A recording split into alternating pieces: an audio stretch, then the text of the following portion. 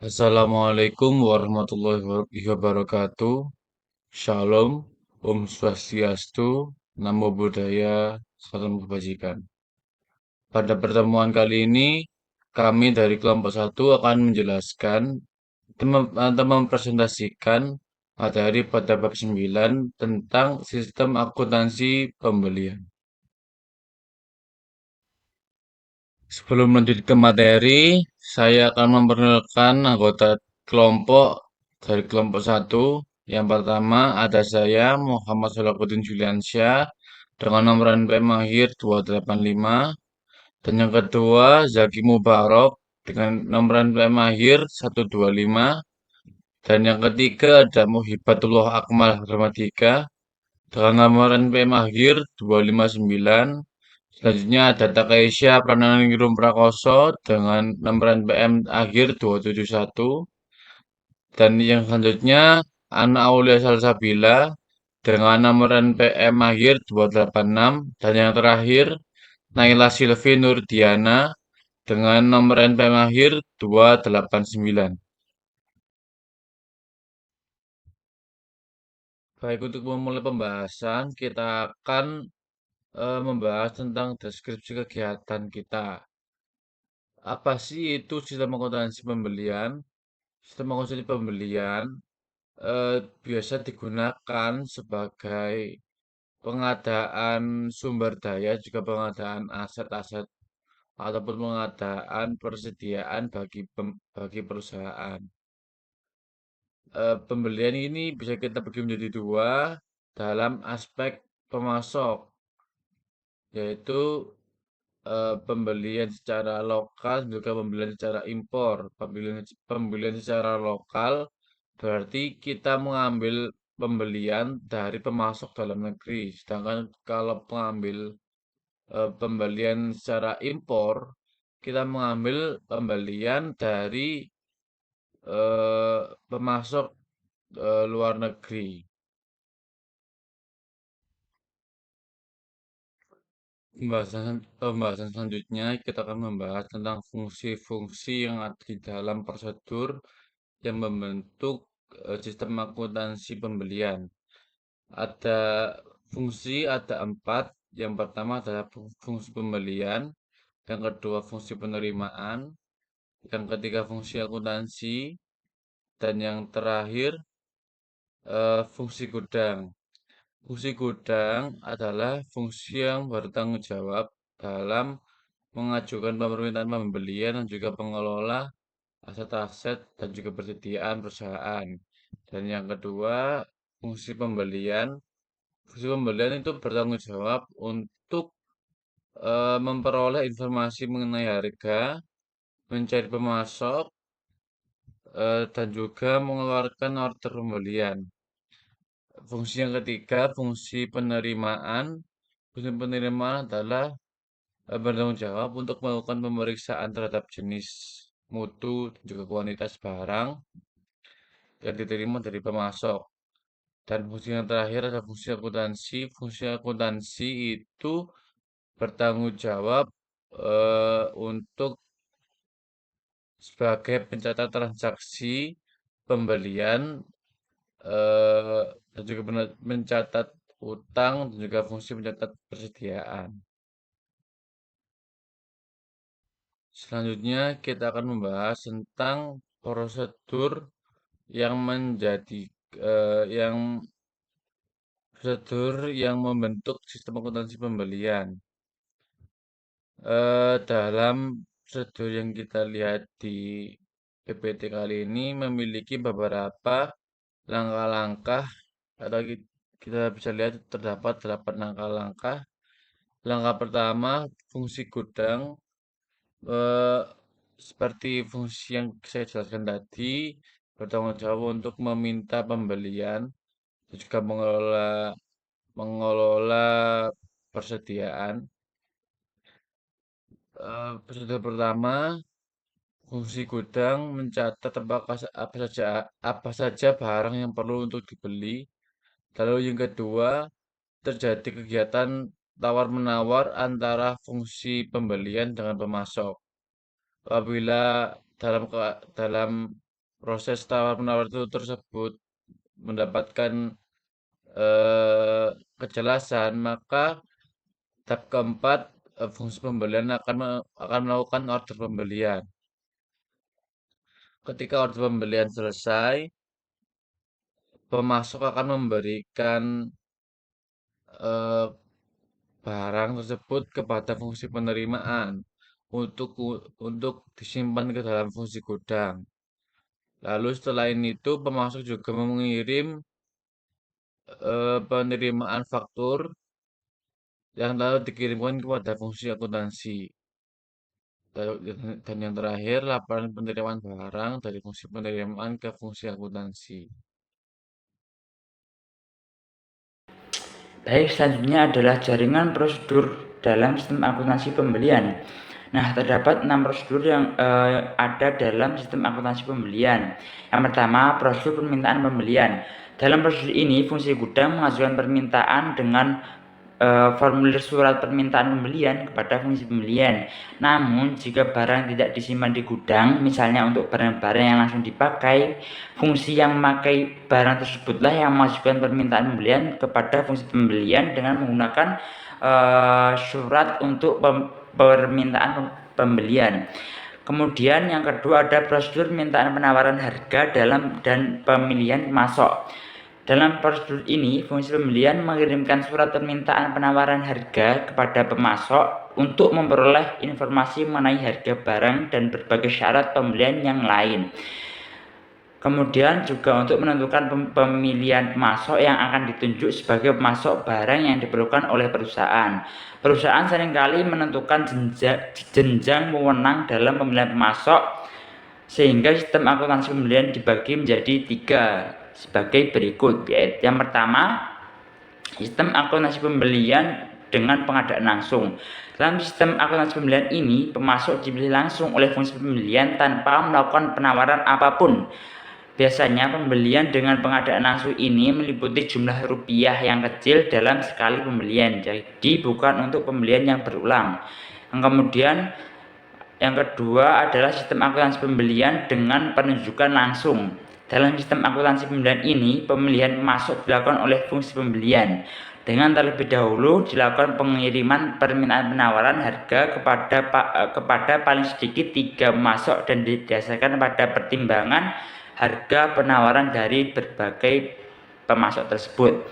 Yang ketiga ada sistem akuntansi pembelian dengan lelang. Dalam sistem ini, akuntansi pemilihan pemasok dilakukan oleh panitia lelang yang dibentuk melalui lelang yang diikuti oleh pemasok yang jumlahnya terbatas. Prosedur pemilihan pemasok dengan lelang ini dilakukan melalui beberapa tahapan berikut, yaitu pembuatan kerangka acuan atau term of reference yang berisi uraian jenis spesifikasi dengan jumlah barang yang akan dibeli melalui lelang. Kemudian pengiriman rencana pengadaan kepada para pemasok untuk kepentingan pengajuan penawaran harga. Kemudian persiapan kepada para pemasok mengenai kerangka acuan tersebut. Kemudian pelaksanaan lelang untuk memilih penawaran harga dari pemasok yang memenuhi kerangka acuan lelang dalam pemasok dalam jangka waktu tertentu. Kemudian ada pembukaan penawaran harga oleh panitia lelang di depan para pemasok. Yang keenam ada penetapan pemasok yang dipilih oleh panitia lelang atau pemenang lelang. Prosedur yang selanjutnya adalah prosedur order pembelian. Dalam prosedur ini, fungsi pembelian mengirimkan surat order pembelian kepada pemasok yang dipilih dan memberitahukan kepada unit-unit organisasi lain dalam perusahaan mengenai fungsi pembelian yang meminta barang dan fungsi pencatatan utang.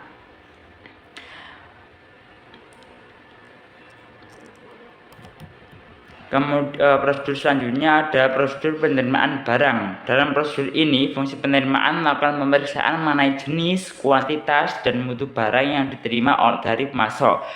Kemudian pembuat laporan penerimaan barang untuk menyatakan penerimaan barang dari pemasok tersebut.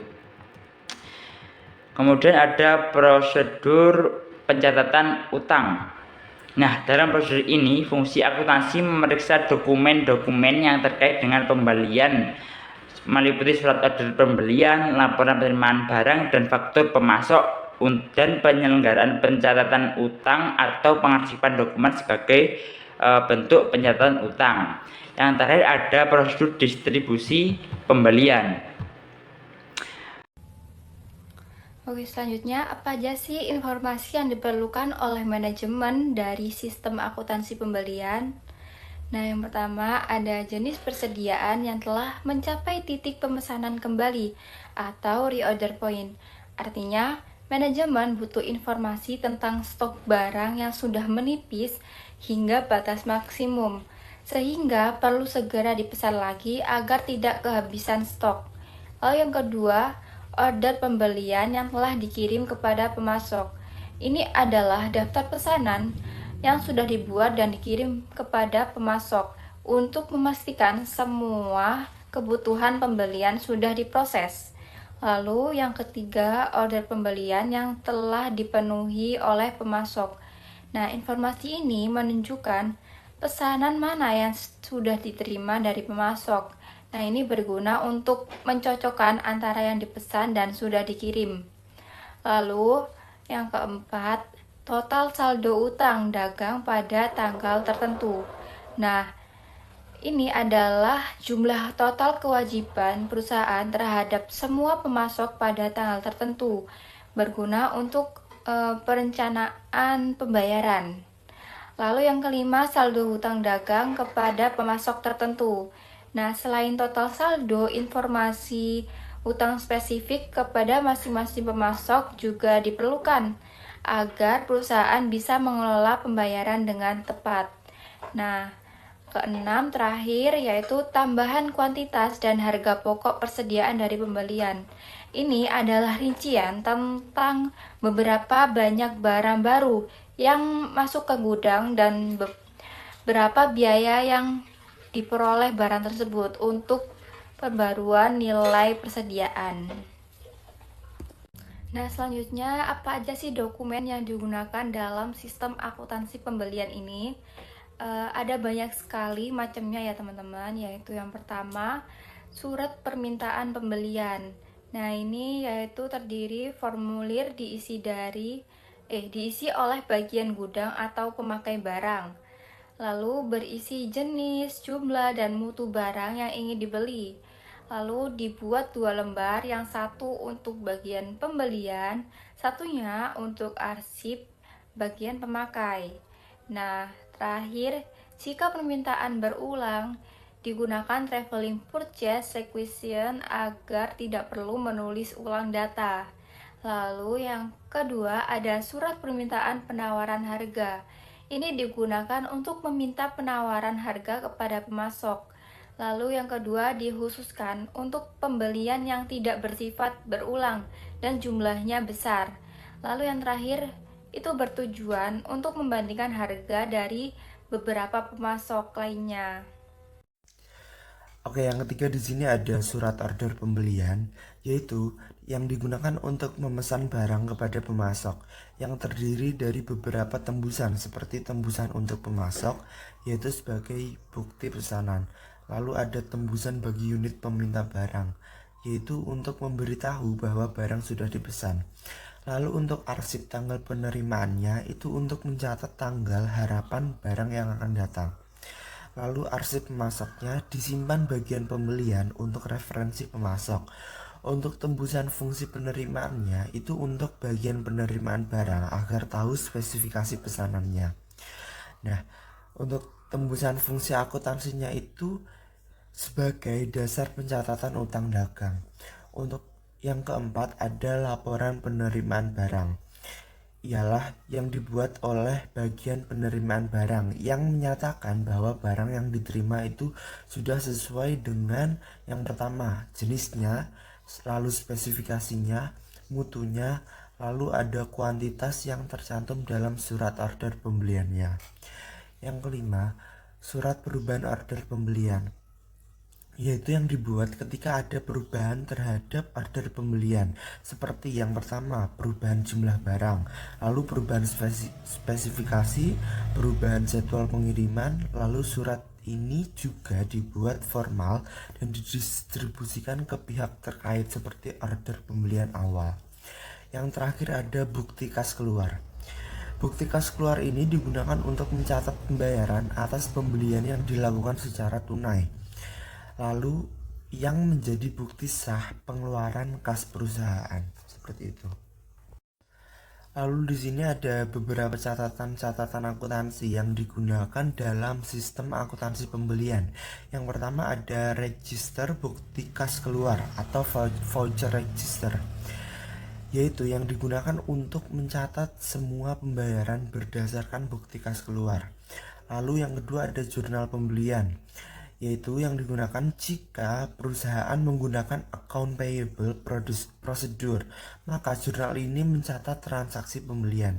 Yang ketiga ada kartu utang. Kartu utang sendiri adalah buku pembantu untuk mencatat utang kepada pemasok yang digunakan untuk memonitor saldo utang berdasarkan pemasok masing-masing.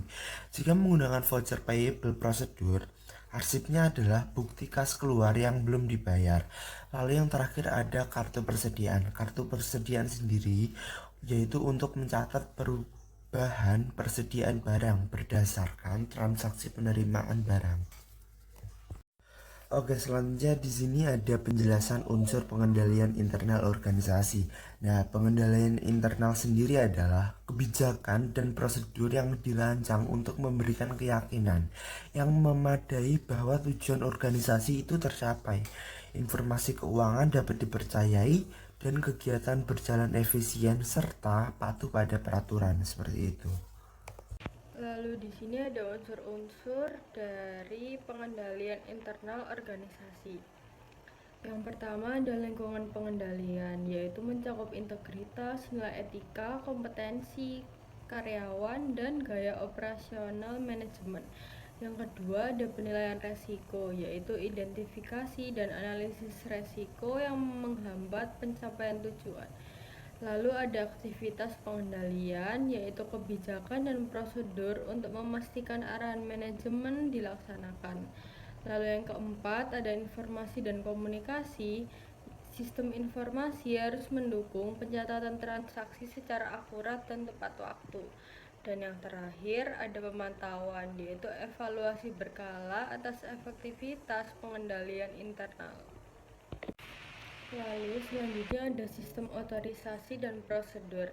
Otorisasi adalah pemberian wewenang kepada individu atau kelompok tertentu untuk melakukan tindakan atau transaksi atas nama organisasi.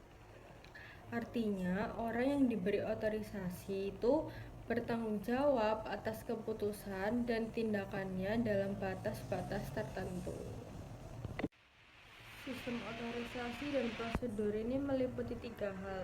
Yang pertama ada otorisasi umum, yaitu pemberian wewenang untuk transaksi rutin tanpa perlu persetujuan tiap kali transaksinya itu berlangsung. Yang kedua ada otorisasi khusus, yaitu persetujuan atau otorisasi yang diberikan untuk transaksi yang tidak biasa, yang penting atau jumlahnya besar.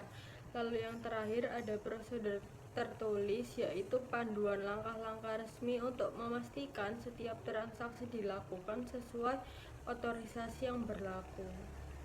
Selanjutnya terdapat praktik yang sehat. Praktik yang sehat adalah sebuah kebiasaan kerja yang membagi tugas, mendokumentasi transaksi, melakukan pemeriksaan berkala, dan rotasi jabatan untuk menjaga keamanan aset, meningkatkan efisiensi dan mencegah kesalahan serta kecurangan. Adapun contoh praktik yang sehat yaitu pemisahan tugas, yaitu seperti tugas otorasi, pencatatan, dan penyimpangan aset harus dilakukan oleh orang yang berbeda. Kemudian yang kedua terdapat dokumentasi yang memadai. Setiap transaksi harus didukung oleh bukti yang tertulis. Kemudian terdapat pemeriksaan internal. Audit internal dilakukan untuk menilai kepatuhan terhadap kebijakan dan prosedur. Dan yang terakhir terdapat rotasi jabatan, memindahkan karyawan secara periodik untuk mencegah karyawan. Sekian presentasi dari kami, mohon maaf jika ada salah dan kekurangan. Wassalamualaikum warahmatullahi wabarakatuh.